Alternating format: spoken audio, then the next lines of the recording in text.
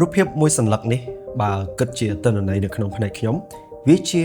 analog data ប៉ុន្តែនៅពេលដែលខ្ញុំទាញកាមេរ៉ាយកមកថត sensor វាស្រូបយកពន្លឺដែលវាអាចឃើញហើយ image processor វានឹង convert ទិន្នន័យពី sensor មកជាទិន្នន័យ digital ដែលអ្នកទាំងអស់គ្នាធ្លាប់ស្គាល់ថាជា file JPEG, JPG ឬក៏ជា file RAW ហ្នឹងទិន្នន័យ digital ក៏ត្រូវបំបែកមកវិញជាទម្រង់ដែលមនុស្សអាចយល់បានតាមរយៈការបញ្ចេញពន្លឺមកកាន់ក្របតូចៗដែលអ្នកទាំងអស់គ្នាហៅថា pixel ជាទូទៅវាមាន red, green, blue ហៅកាត់ថា RGB ប៉ុន្តែ3ពណ៌នេះវាអាចបង្ហាញចេញជាពណ៌ផ្សេងៗទៀតរាប់លានពណ៌ខុសៗគ្នាទៅតាមកម្រិតពន្លឺពេលខ្លះពណ៌បៃតងដិតដែលខ្ញុំកំពុងតែមើលនៅក្នុងអេក្រង់របស់ខ្ញុំមិនប្រកាសថាអ្នកទាំងគ្នាអាចមើលឃើញដូចខ្ញុំ 100% ដែរទេវាអាស្រ័យទៅលើបច្ចេកទេសក្នុងការបញ្ចេញពន្លឺទៅឲ្យក្រប pixel តូចៗមាន red, green, blue ហ្នឹងនៅក្នុងការបង្ហាញបច្ចេកវិទ្យាចាស់គឺគេប្រើភ្លើង LED ដើម្បីបំភ្លឺទៅឲ្យក្រប pixel ទាំងអស់សម្រាប់ការបង្ហាញមាននៅក្នុង IPS LCD display បច្ចេកវិទ្យាថ្មីដ៏ល្អមួយគឺការបង្ហាញពណ៌បានសុក្រិតបំផុតតាមរយៈការផ្ដល់ពន្លឺទៅឲ្យក្រប pixel មួយមាននៅក្នុង OLED display ប៉ុន្តែគ្រប់បច្ចេកវិទ្យា OLED ទាំងអស់គឺមិនមែនសុទ្ធតែដូចគ្នាទេបច្ចេកទេសក្នុងការបង្ហាញពណ៌ពន្លឺគឺវាមានខុសគ្នាការគ្រប់គ្រងកម្ដៅនិងហានិភ័យពេលប្រើប្រាស់យូរម៉ោងក៏ខុសគ្នាដែរហើយគ្រប់ផ្នែកទាំងអស់គឺខ្ញុំបានសិក្សាយ៉ាងលម្អិតផ្ចិតផ្ចង់ច្រើនខែមកហើយទម្រាំតែខ្ញុំសម្រេចចិត្តជ្រើសរើសយក Samsung Odyssey OLED G8 សម្រាប់ការប្រើប្រាស់ផ្ទាល់ខ្លួន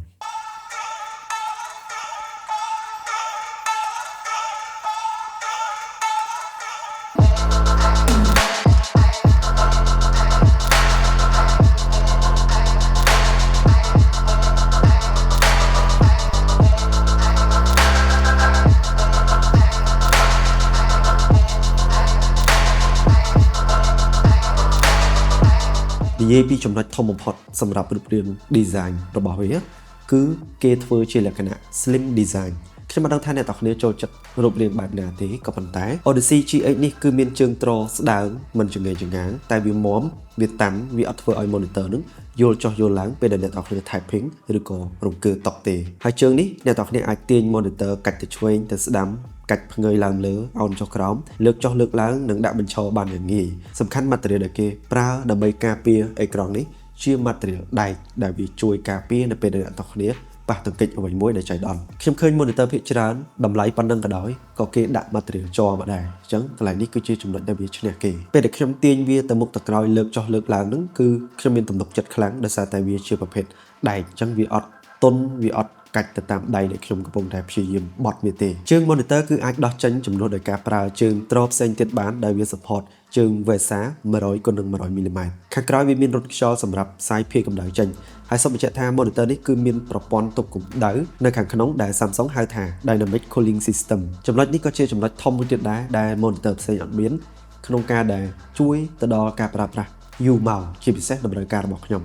យ៉ាងហោចក៏5ទៅ6ម៉ោងដែរក្នុងមួយថ្ងៃនៅក្នុងនោះគេប្រើបំពង់ស្រូបកម្ដៅឬក៏ heat pipe ដែលវាធ្វើការបានល្អគួរសមខ្ញុំប្រើមួយថ្ងៃ5ទៅ7ម៉ោងខ្ញុំបានទៅ check មើលកម្ដៅដែលសាយភាយចេញពីអេក្រង់មកខាងមុខហ្នឹងគឺអត់មានទេនៅពេលដែលខ្ញុំយកដៃទៅដាក់ក្បែរបើធៀបទៅ monitor ចាស់ monitor ផ្សេងទៀតដែលអត់មានប្រព័ន្ធទប់កម្ដៅហ្នឹងនៅពេលដែលប្រើយូរកម្ដៅវាសាយភាយចេញពីកញ្ចក់ខាងមុខហ្នឹងជាទម្លាប់ខ្ញុំប្រើនៅក្នុងបន្ទប់នេះគឺខ្ញុំបើកពន្លឺអេក្រង់70ទៅ 80% អញ្ចឹងសម្រាប់ប្រភេទ OLED បើសិនជាអត់មានអ្វីដែលទប់កម្ដៅទេវាប្រកាសជាក្ដៅខ្លាំងមួយទៀតវាមានហានិភ័យក្នុងការដែល burn បន្តមកផ្នែកខាងក្រោយ monitor នេះមួយទៀតគឺភ្លើង RGB ដែល Samsung ហៅថា Core Lighting ខ្ញុំពិតជាចូលចិត្តត្រង់ដែលគេដាក់ភ្លើងហ្នឹងសម្រាប់លម្អជញ្ជាំងខាងក្រោយ monitor ប៉ុន្តែវាអត់ភ្លឺដូចជាការចង់បានរបស់ខ្ញុំទេអូខេបើសិនជាការ set up ដាក់ខ្នងទៅទល់នឹងជញ្ជាំងហើយបែរ monitor ហ្នឹងបែរខ្នង monitor ទៅកន្លែងតលាយវិញយើងអាច show off ភ្លើង RGB នឹងបានបើនិយាយសរុបនៃរូបរាងខាងក្រៅរបស់ monitor នេះវាជា monitor តម្រូវទៅលើអ្នកលេង game ដែរប៉ុន្តែការ design គឺតម្រូវអ្នកធ្វើការអត់ច្នៃរូបរាងបែប game ទេវា slim វា minimal វា clean វាធន់វាតាន់និយាយរួមទៅគឺវា premium ជាងគេបំផុតគិតត្រឹមពេលហ្នឹងspeaker វាក៏មាន speaker ដែរ monitor នេះអត់មានស្ងាត់ឈឹងទេយកមកវាលឺគ្រាន់បើវាលឺអូខេវាលឺល្អជាង monitor ចាស់ខ្ញុំក៏ប៉ុន្តែ speaker នៅក្នុង monitor វានៅតែជា speaker របស់ monitor យើងមិនអាចប្រើវាជំនួសការស្ដាប់ទូទៅគ្រប់សពបែបយ៉ាងទេអូខេបើសិនជាស្ដាប់វីដេអូដែលគេជជែកគ្នានិយាយគ្នាអត់មាន play អត់មានអីអាហ្នឹងគឺយើងអាចប្រើបាន Spanje opnieuw met Olmo en Oyarzabal penalty. ផ្នែក port វិញគឺដូចអ្នកទាំងគ្នាបានឃើញអញ្ចឹង Samsung នៅតែបន្តមុខងារ USB hub នៅក្នុង monitor ដដែលវាគឺជាមុខងារសំខាន់មួយសម្រាប់ខ្ញុំដោយសារតែខ្ញុំ set up computer 2អញ្ចឹងខ្ញុំប្រើ keyboard និង mouse នេះតែមួយទេខ្ញុំចង់ឲ្យវាផ្លាស់ប្ដូរទៅតាមពេលវេលាដែលខ្ញុំប្រើ monitor របៀបដែលខ្ញុំ set up គឺខ្ញុំគ្រាន់តែយក dongle 2.4 GHz ទាំង keyboard ទាំង mouse ដោតចូលទៅក្នុង monitor ហើយយកខ្សែ USB មួយទៀតដោតទៅកាន់ docking station របស់ខ្ញុំអញ្ចឹងគ្រប់ពេលមិនថាតែខ្ញុំប្រើ laptop ឬក៏ desktop ទេឲ្យតែខ្ញុំដោតទៅកាន់ docking station នោះវានឹងរត់ទៅរក 2.4 GHz dongle ដែលភ្ជាប់ទៅកាន់ monitor port HDMI វាមាន2សុទ្ធតែ version 2.1 ហើយមាន port មួយទៀតវាមាន ARC ដែលអាចបញ្ជូន audio ចេញបានអានឹងវាជាមុខងារដែលមាននៅក្នុង Smart TV អ្នកទាំងគ្នាចង់ប្រើ sound bar អាចប្រើ HDMI តែមួយគឺវាមាន audio ចេញទៅស្រេចឥឡូវនិយាយពីផ្នែកដែល $1,000 ជាង Samsung ផ្ដល់ឲ្យអ្នកទិញទំហំអេក្រង់ 32 inch resolution 4K Ultra HD ខ្នាតបណ្ដោយនិងទទឹងគឺ 16:9 វាជាខ្នាតអេក្រង់ 32 inch standard ត្រូវនឹងប្រភេទវីដេអូភាគច្រើននិង game ភាគច្រើនដូចគ្នាវាមានពន្លឺភ្លឺខ្លាំងគួរសមក៏ប៉ុន្តែខ្ញុំអត់ចង់ប្រាប់ថាប្រហែលនេះទេអ្នកទាំងគ្នាក៏មិនចាំបាច់ទៅមើល spec ដែរដោយសារតែកម្រិតពន្លឺជាក់ស្ដែងវាតតែយើងនឹងមានឧបករណ៍យកទៅវាស់ហើយគ្រប់ផ្នែកនៃអេក្រង់ទាំងអស់វាមិនអាចជះពន្លឺមកដូចគ្នាគ្រប់កន្លែងទេខ្ញុំ research មើល website ធំៗដែលគេយក monitor នេះទៅដាក់វាស់កម្រិតប្រេងណាហ្នឹងខ្ញុំឃើញថាទាំង content SDR និង HDR ពន្លឺរបស់វាគឺមានចាប់ពី200 nit រហូតដល់ទៅ900 nit បើនិយាយសាមញ្ញពេលដែលខ្ញុំប្រើជាក់ស្ដែងបើសិនជាបើកភ្លើងពណ៌ពងន់ពីក្របនេះគឺខ្ញុំប្រើ 60% នៃពន្លឺអេក្រង់ទេប៉ុន្តែបើសិនជាខ្ញុំបើកភ្លើងខាងលើនេះពេញបន្ទប់ហ្នឹងគឺខ្ញុំត្រូវបើកចាប់ពី80ទៅ 90% ចំណុចធំមួយដែល monitor OLED ផ្សេងទៀតអត់មានហើយខ្ញុំពេញចិត្តខ្លាំងបំផុតនោះគឺ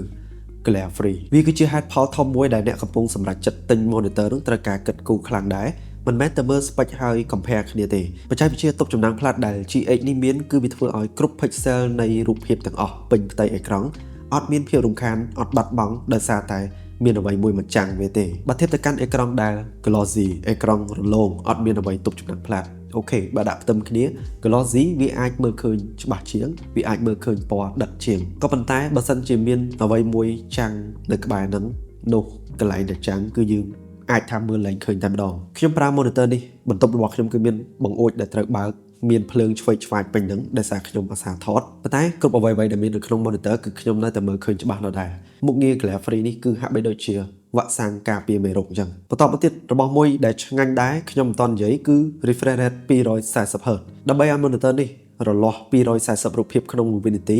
ហើយគ្រប់ទាំង window ទាំងអស់វានឹងរត់តាមដៃពេលដែលអ្នកទាំងគ្នាក្រវាស mouse គឺអ្នកទាំងគ្នាត្រូវប្រើខ្សែ HDMI 2.1 ឬក៏ខ្សែ display 1.4 ដែលវាមានមកស្រាប់ក្នុង monitor ហើយមួយទៀតត្រូវចូលទៅបើក game mode នៅក្នុង monitor បើសិនជាអត់បើកទេវា support ត្រឹម 120Hz ពេលដែលបើកមុខងារទាំងអស់នេះហើយអ្នកទាំងគ្នានឹងទទួលបានរសជាតិដ៏ល្អខ្លាំងមែនទែនគឺ 240Hz refresh rate របស់ OLED វាក៏ support FreeSync របស់ AMD G-Sync របស់ Nvidia ដែរដែលវាជាផ្នែកសំខាន់ក្នុងការទប់ស្កាត់ screen tearing ឧទាហរណ៍ថា GPU របស់អ្នកទាំងគ្នាកំពុងតែ run game រហូតដល់ទៅ300 fps ក៏ប៉ុន្តែ monitor នេះមានត្រឹម 240Hz អញ្ចឹងគឺវាអត់ស៊ីគ្នាទេក្នុងករណីហ្នឹងអ្នកទាំងគ្នាអាចជួបការដែលលើស frame ហើយបង្កើតបានជា screen tearing នៅពេលដែលអ្នកទាំងគ្នាបើកមុខងារ G-Sync ឬក៏ FreeSync របស់ AMD ហើយអ្នកទាំងគ្នាក៏លេចឃើញ VRR on នោះ FPS របស់ game ហើយនិង refresh rate របស់ monitor វាស៊ីគ្នាវាស្មើគ្នានៅពេលដែលរត់បាន60 fps monitor គឺប្រើ 60 fps ពេលដែលបាន140គឺវាបាន140ដូចគ្នាហើយនៅពេលដែលបើកមុខងារហ្នឹងសម្រាប់ macOS វិញដោតចូលទៅគឺវា automatic synchronize តែម្ដងvariable refresh rate របស់ macOS មកកាន់ monitor នេះគឺ 48Hz ទៅកាន់ 240Hz បើសិនជា Windows គឺ 30Hz ដល់ 240Hz ការកំណត់មួយទៀតនៅពេលដែលខ្ញុំបាន monitor នេះយកមកប្រើគឺ color bit depth monitor នេះគឺ support ដល់ 10bit color កន្លែងនេះភាគច្រើនគឺមានអ្នកដែលគាត់ភ្លេចមានអ្នកដែលគាត់មិនសូវចាប់អារម្មណ៍ពេលដែលបើក 10bit color វាធ្វើឲ្យ monitor នេះជះពណ៌មកម៉ត់រលោងហើយអត់មាន color bending ទេអ្នកដែលប្រើ GPU AMD គឺចូលទៅកាន់ AMD Adrenalin software ហើយអ្នកដែលប្រើ Nvidia គឺចូលទៅកាន់ Nvidia control panel ខ្ញុំបន្តទៅលើផ្នែកពណ៌នឹងទៀត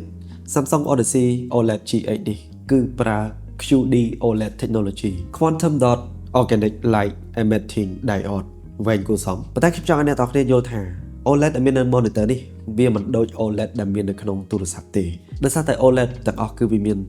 WOLED QD OLED និង AMOLED ធ្វើថាវាមិនដូចគ្នាទាំងអស់ក៏ពិតមែនក៏ប៉ុន្តែអ្នកទាំងអស់គ្នាគិតតែម្យ៉ាងទៅថាគ្រប់ពេលដែលសម្លឹងទៅកាន់ monitor នេះកន្លែងដែលខ្មៅគឺវាខ្មៅដិតកន្លែងដែលភ្លឺគឺវាភ្លឺខ្លាំងកន្លែងដែលមានពណ៌គឺវាមានពណ៌សុក្រិតហើយម៉ត់ល្អទៀតចង់មើលវីដេអូប្រភេទ HDR គឺវាមាន HDR10 Plus ចង់ edit រូបភាពនៅក្នុង Lightroom Photoshop គឺវាមានពណ៌ដែលសុក្រិតបំផុតធៀបទៅកាន់ OLED ផ្សេងទៀតហើយខ្ញុំក៏មានកម្រងសម្រាប់ធ្វើវីដេអូ compare ទៅកាន់ monitor ផ្សេងទៀតដែរដែលជា monitor ប្រើ technology OLED ហើយមានតម្លៃប្រហែលវាលទំហំ32 inch នេះគឺវាមាន space ធំល្មមសម្រាប់ការងារទូទៅរួមបញ្ចូលទាំង game វីដេអូផងដែរទីពិត27 inch គឺវាគ្រប់គ្រាន់ល្មមសម្រាប់វីដេអូនិង game ប៉ុន្តែអ្នកកាត់វីដេអូដូចជាខ្ញុំពិតណាស់ត្រូវការ space ដែលធំជាងនឹងនៅក្នុងកម្មវិធី DaVinci Resolve កម្មវិធីកាត់វីដេអូផ្សេងទៀត Photoshop browser Windows គឺបើកច្រើន Windows អ្វីដែលសំខាន់បំផុតអ្នកទាំងគ្នាមើលឃើញហើយថាគ្រប់វីដេអូរបស់ខ្ញុំតាំងពីដើមមកគឺមិនដែលមានពណ៌ដូចគ្នាទេអ្នកណាចង់ថៃថាទៅក៏ប៉ុន្តែខ្ញុំតែនិយាយត្រង់វីដេអូខ្ញុំគឺមានពណ៌ខុសៗគ្នារហូតហើយការពិតនោះគឺវាមានមូលហេតុរបស់វាខ្ញុំបានផ្លាស់ប្ដូរកាមេរ៉ាពីមួយទៅមួយផ្លាស់ប្ដូរពន្លឺរបៀបថត color profile ការប្រើប្រាស់ភ្លើងប្លង់ថតគឺខ្ញុំផ្លាស់ប្ដូរញឹកញាប់មែនទែនហើយពេលដែលខ្ញុំថតហើយខ្ញុំយកមកកែពណ៌ខ្ញុំតែងតែផ្លាស់ប្ដូរពណ៌ម្ដងទៀតហើយការសំខាន់នៅពេលដែលខ្ញុំផ្លាស់ប្ដូរកាមេរ៉ាក្រោយខ្ញុំកំពុងតែប្រើនេះវាជាប្រភេទកាមេរ៉ាដែលថតវីដេអូ color 10 bit monitor ចាស់របស់ខ្ញុំគឺមិនអាចបង្ហាញ color 10 bit បានទេគឺបានតែ8 bit អញ្ចឹងនៅពេលដែលខ្ញុំកែពណ៌កែអីខ្ញុំមិនអាចមើលដឹងថាពណ៌ដែលខ្ញុំបង្ហាញទៅនឹងវាចេញមកបែបណាឲ្យពិត 100% ទេហើយ IPS panel ក៏វាមិនអាចធ្វើការងារនឹងបានដែរដោយសារតែ IPS panel គឺតម្រូវឲ្យបើកពន្លឺ brightness នឹងភ្លឺខ្លាំងទើបវាបញ្ចេញពណ៌មករាងសុក្រិតអាចទទួលយកបានហើយពេលដែលខ្ញុំប្រើ QD OLED របស់ GH នេះខ្ញុំបន្លែងលេងជាមួយនឹងការកំណត់ផ្សេងៗក្នុង monitor នេះរយៈពេល2ខែហើយខ្ញុំ tune color នៅក្នុង expert setting white balance បដូរ ICC color profile ដែលគេ calibrate ហើយធ្វើសពបែបយ៉ាងព្រោះចង់ដឹងពីគុណភាពពណ៌របស់វាហើយជាលទ្ធផលដោយខ្ញុំបញ្ជាក់ពីក្បាលវីដេអូអញ្ចឹងគ្រប់ពណ៌ដែលខ្ញុំបានឃើញនៅក្នុង monitor នេះគឺវាសឹងតែដូច 100% ពេលដែលខ្ញុំមើលនៅក្នុងទូរស័ព្ទអញ្ចឹងខ្ញុំអាប់ឡូតចូលទៅក្នុង YouTube Facebook TikTok ហើយខ្ញុំក៏លេចមើលក្នុងទូរស័ព្ទវាដូចជាអ្វីដែលខ្ញុំចង់ឲ្យវាមានអញ្ចឹងគ្រាន់តែថាពេលខ្លះគឺអាចមានឃើញបែកពណ៌ color ខ្លះគឺអាចលើស over saturation អាហ្នឹងគឺមានចន្លោះប្រហោងជារឿងធម្មតាទេវាមានពេលខ្លះខ្ញុំប្រញាប់ក្នុងការ upload ពេលខ្លះទៀតខ្ញុំអត់បានផ្ទៀងផ្ទាត់មកចត់ប៉ុន្តែ color skin tone របស់ខ្ញុំ color background អ្វីៗផ្សេងគឺខ្ញុំតែងតែមើលឃើញថាវាសុក្រិតខ្លាំងមែនទែនបន្ទាប់ពីខ្ញុំធ្វើការ upload ហើយអញ្ចឹងវាមាន resolution glare free refresh rate color accuracy 4ចំណុចនេះគឺវាផ្ដល់គុណភាពបង្ហាញនិងរសជាតិពេលប្រើកម្រិតខ្ពស់បំផុតដែល monitor 32 inch មាននៅក្នុងពេលបច្ចុប្បន្នមិនថាអ្នកទាំងគ្នាយកវាទៅលេង game HDR មើលវីដេអូ 4K គ្រប់ pixel គ្រប់ពណ៌គ្រប់ពេលវេលាទាំងអស់គឺវាបង្ហាញមកសុក្រិតម៉ត់ច្បាស់រសជាតិគឺពិតជាធ្វើឲ្យអ្នកទាំងគ្នាមិនខកចិត្តទេមានចំណុចមួយដែលមានអ្នកខ្វល់ដោយសារតែឃើញគេ review នៅស្រុកគេនិយាយពីការដែលឃើញ color ចូលទៅក្នុងអក្សរតូចៗជឿខ្ញុំទៅបើអ្នកទាំងគ្នាយកមកប្រើមែនតើជាក់ស្ដែងជាប្រចាំថ្ងៃគឺគ្មាននរណាគេ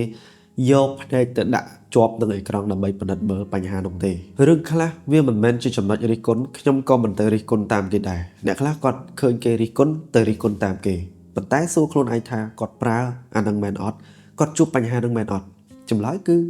អត់ដឹងទេថាតាមពីគេបញ្ហាដែលវាបែក color ទៅកាន់អក្សរតូចៗនៅក្នុង pixel មួយហ្នឹងបើសិនជា resolution របស់ monitor នឹងវាទាបមានន័យថាយើងអាចមើលឃើញក្រប pixel មួយបើទោះបីជាអង្គុយឆ្ងាយក៏ដោយអានោះទៅជាបញ្ហាធំ monitor នោះប្រកាសជារំខានភ្នែកអ្នកទាំងអស់គ្នាប៉ុន្តែ monitor នេះវាមាន resolution ខ្ពស់កម្រិត PPI របស់វាគឺមានដល់ទៅ137 PPI អញ្ចឹងនៅពេលដែលយើងប្រើវារយៈចម្ងាយធម្មតាគឺយើងមិនអាចមើលដឹងទេតោះតែយើងយកភ្នែកនឹងទៅដាក់គៀក monitor ខ្លាំងមែនទែនទើបយើងមើលឃើញក្រប pixel មួយនោះអូខេឥឡូវអ្នកទាំងអស់គ្នាអាចដឹងជាច្រើនហើយទាំង picture quality ការ design អីផ្សេងៗប៉ុន្តែមានរឿងជាច្រើនទៀតដែលខ្ញុំចង់បង្ហាញអ្នកទាំងអស់គ្នាហើយវាក៏ជាមូលហេតុធំដែរនៅក្នុងការដែលខ្ញុំជ្រើសរើសយកវាគឺអាមួយនេះគឺជារបស់ដែលធ្វើឲ្យ monitor នេះคล้ายទៅជាពាក់កណ្ដាល TV ពាក់កណ្ដាល monitor នៅពេលដែលបើក monitor មកភ្លាមគឺវាមាន animation ដូចជាទូរទស្សន៍ជំនាន់មុនដែរខ្ញុំអត់ទើសទាល់ទេដោយសារតែ animation គឺវា smooth ពេលបើកនិងពេលបិទវាអត់កន្ត្រាក់ទេហើយទំព័រទី1នៃ monitor នេះបើសិនជាអត់មានរូបភាពអ្វីមួយដោតចូលទៅក្នុង monitor ទេ វាមាន home page ដែលពោពេញទៅដោយ app ជាច្រើនដូចជា YouTube Spotify Netflix មានទូរទស្សន៍ online streaming service ផ្សេងៗទៀតខ្ញុំយល់ថារបស់ទាំងអស់នេះគ្មាននរណាប្រើ 100%ទេប៉ុន្តែឧទាហរណ៍ថាបើសិនជាអ្នកទាំងអស់គ្នា set up laptop ហើយធ្វើការពេលខ្លះចង់មើល Netflix បណ្ដាអ្នកទាំងអស់គ្នាអាច stream ដោយប្រើ monitor នេះតែឯងបានគុណភាពវីដេអូអ្នកទាំងអស់គ្នាអាច stream ត្រឹមកម្រិត Full HD ក៏អាចមើលឃើញច្បាស់ដែរដោយសារតែក្នុងនោះវាមាន NQH AI Gen 3 processor សម្រាប់ scale វីដេអូចេញពី streaming មកវា scale កម្រិតresolution Full HD មកកាន់ជិត 4K ដោយអត់មានឃើញបែកព្រាលខ្លាំងទេបើតាម Samsung ធ្វើការបកស្រាយអាហ្នឹងសម្រាប់ app stream នៅក្នុង monitor មិនមែនពេលដែលយើងប្រើជាមួយ computer ទេ chip ហ្នឹងគឺអ្នកទាំងគ្នាធ្លាប់ឃើញមាននៅក្នុងទូរទស្សន៍ហើយចាប់ពី Samsung Smart TV series ឆ្នាំ2024ឡើងមកមុខងារមួយទៀតដែលវាលយហើយខ្ញុំអាចនិយាយបានថា monitor ផ្សេងអត់មាននោះគឺ Smart Sync ក្នុងនោះគឺខ្ញុំអាច sign account Samsung របស់ខ្ញុំចូលទៅហើយ monitor វានឹងចូលទៅក្នុង Smart Sync app ក្នុងទូរស័ព្ទរបស់ខ្ញុំអាចប្រើទូរស័ព្ទជំនួស remote control បានក្នុងការកំណត់គ្រប់សពបែបយ៉ាងដែល monitor នេះមានហើយចំណុចធំបំផុតនោះគឺថាពេលដែលខ្ញុំចេញទៅណាយូរហើយភ្លេចបិទ monitor ឬក៏ជាប់ដៃធ្វើអីមួយក្រៅបន្ទប់ខ្ញុំអាចទាញទូរស័ព្ទយកមកចុច remote បិទ monitor នេះបានហើយបើកវិញក៏បានដែរដោយសារតែវាមាន Wi-Fi ហើយវាមាន processor វាមាន operating system នៅក្នុងហ្នឹងអញ្ចឹងវាអាចភ្ជាប់ទៅកាន់ cloud server ខ្ញុំអាចបញ្ជាបិទបើកពីចម្ងាយបាននេះគឺជាចម្លើយមួយនៅក្នុងចំណោមចម្លើយផ្សេងទៀតសម្រាប់សំណួរដែលសួរថាមូលហេតុអី OLED ផ្សេងទៀតបច្ចេកវិទ្យាប្រហែលគ្នាតម្លៃប្រហែលគ្នាខ្ញុំជ្រើសរើសយក Samsung មានមុខងារមួយទៀតដែលវាយកចេញពី Smart TV មកគឺការ share screen ឬក៏ cast screen នៅពេលដែលអ្នកទាំងគ្នាមានទូរស័ព្ទភ្ជាប់ Wi-Fi ដែល monitor នេះភ្ជាប់ដែរអញ្ចឹងគឺអាច share screen ពេលដែលមើល YouTube ឬក៏ share operation ទាំងមូលរបស់ទូរស័ព្ទនឹង display ទៅកាន់ monitor បានមុខងារសំខាន់មួយដែលវាមានការ refresh pixel ដែលខ្លួនឯងប្រើរយៈពេល30នាទីអាហ្នឹងជាផ្នែកមួយបន្ទាប់ពីប្រព័ន្ធស្រូបកម្ដៅដែលវាជួយទៅដល់អាយុកាលនៃការប្រើ OLED ហ្នឹងសម្រាប់ពន្លឺអេក្រង់វាក៏មានមុខងារ brightness optimization ដែរវាហាក់បីដូចជា auto brightness នៅក្នុងទូរស័ព្ទដែរប៉ុន្តែ monitor នេះមិនមែនដំឡើងឬក៏បន្ថយ brightness តែម្ដងទេគឺវាធ្វើការ optimize ពន្លឺតាមរយៈ pixel តែម្ដងវាប្រើ sensor ដែលមាននៅក្នុង tele បញ្ជានេះដើម្បីដឹងពីពន្លឺដែលភ្លឺខ្លាំងនិងពន្លឺដែលខ្សោយហើយវានឹងដំឡើងបន្ថយទៅតាមនឹងដែរមុខងារមួយទៀតគឺខ្ញុំអាចប្រើសំឡេង voice control ដើម្បីបើក YouTube បដូរ game mode និងបដូរការកំណត់មួយចំនួនទៀតតាមរយៈ Bixby គ្រាន់តែថា microphone ដែលមាននៅក្នុង tele នេះគឺវាមិនសូវសុក្រិតល្អដូចជា microphone ដែលមាននៅក្នុងទូរស័ព្ទទេពេលដែលបញ្ជាម្ដង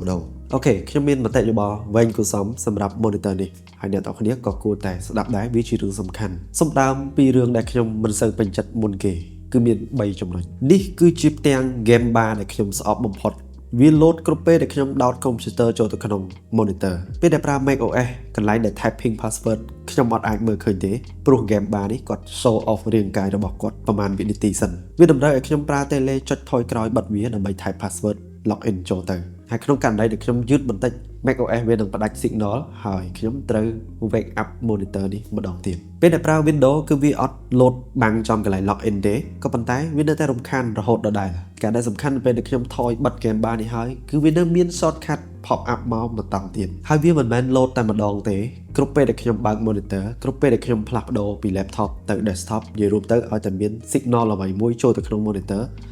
វានឹង load pop up នេះចេញមកខ្ញុំរកវិធីបិទរត់ឃើញទេហើយ research មើលនៅលើអ៊ីនធឺណិតអ្នកដែលប្រើ monitor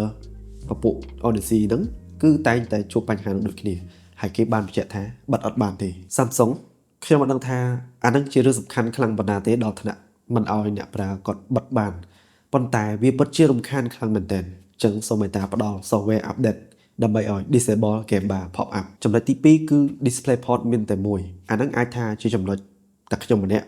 ឬក៏វាជាចំណុចស្រាលទេដោយសារតែវាក៏មាន HDMI 2.1 ទៀតដែរក៏ប៉ុន្តែសម្រាប់ខ្ញុំ display port គឺវាគ្រាន់បើជាង HDMI នៅពេលដែលខ្ញុំប្រើការ set up computer 2ខ្ញុំត្រូវការ display port 2ចំណុច auto dim screen អាហ្នឹងវាការពារទៅលើការដែលបើកចោលយូរហើយវាឆាប់ burn OLED ហ្នឹងខ្ញុំអូខេប៉ុន្តែសម្រាប់ខ្ញុំផ្ទាល់បើសិនជាខ្ញុំចង់ display show wallpaper បែបហ្នឹងខ្ញុំមិនអាចបើកវាបានយូរម៉ោងទេដល់ពេលវេលាវានឹងត្រូវ dim brightness ចុះមកក្រោមមុខងារហ្នឹងក៏ខ្ញុំមិនអាចកំណត់វាបានដែរខ្ញុំប្រើបាន2ខែខ្ញុំមានតែ3ចំណុចហ្នឹងទេសម្រាប់ការដែលមិនសូវពេញចិត្តតែសម្រាប់អ្នកទាំងអស់គ្នាវិញខ្ញុំពិតជា recommend ខ្លាំងមែនទែនបើសិនជាចង់បាន OLED 32 inch Odyssey G8 នេះគឺជាជម្រើសទី1ពណ៌របស់វាគឺសុក្រិតល្អបច្ចេកវិទ្យាទប់ចំណាំងផ្លាត resolution 4K refresh rate 240 Hz មុខងារបន្តអាយុកាលនៃការប្រើប្រាស់ OLED កុំឲ្យមានបញ្ហា burn កើតឡើងមុខងារ smart ដែលវាមានសឹងតែដូចទូរទស្សន៍ដែរវាមានច្រើនខ្លាំងមែនទែនសម្រាប់អ្នកត្រូវការប្រើ monitor ដែល top level ហើយចុងក្រោយក្រៅតែពីរឿង technology ដែល OLED នេះមាននោះគឺការធានាដល់ទៅ3ឆ្នាំសម្រាប់ស្រុកគេគឺមានត្រឹមតែ2ឆ្នាំទេ monitor នេះខ្មែរយើងគឺដល់ទៅ3ឆ្នាំហើយនេះគឺជាការធានាផ្លូវការចេញពីក្រុមហ៊ុនអញ្ចឹង monitor នេះមានតម្លៃថ្លៃបើសិនជាអ្នកទាំងគ្នាទទួលបានការធានាមិនផ្លូវការធានាត្រឹមរយៈពេលខ្លីវាជារឿងដែលហានិភ័យដែរហើយខ្ញុំបានសួររឿងធានានឹងបន្តទៀតគឺគេបញ្ជាក់ប្រាប់ហើយថាបើសិនជាមានបញ្ហាអីមួយយើងអាច call ទៅគេយើងអត់ចាំបាច់យក monitor ទៅដោយខ្លួនឯងទេគេមក check ហើយគេនឹងយក monitor ទៅដោយសេវាកម្ម free អញ្ចឹងវាមានធានាដល់ទៅ3ឆ្នាំវាមានមុខងារលើសគេវាមាន material ការបង្ហាញល្អជាងគេ Samsung ពិតជាស៊ីដាច់សម្រាប់ monitor OLED នៅក្នុងពេលនេះនេះគឺជា monitor ដែលខ្ញុំទិញយកមកប្រើផ្ទាល់ខ្លួនខ្ញុំអត់ប្រកាន់ brand ទេឲ្យតែ monitor ណាដែលធ្វើបានល្អខ្លាំងខ្ញុំមើលឃើញខ្ញុំជ្រើសរើសយកវាធ្វើបានល្អប៉ុណ្ណាខ្ញុំថាប៉ុណ្ណឹងហើយបើសិនជាចង់ឲ្យខ្ញុំ compare ទៅកាន់ monitor ណាមួយអ្នកទាំងគ្នាអាច mention model នៅខាងក្រោមបានអូខេចឹងវីដេអូ review ពី Samsung Odyssey OLED G8 monitor 32 inch hybrid កក់បំផុតនៅក្នុងពេលនេះអរគុណជួបជាមួយខ្ញុំនៅវីដេអូបន្ត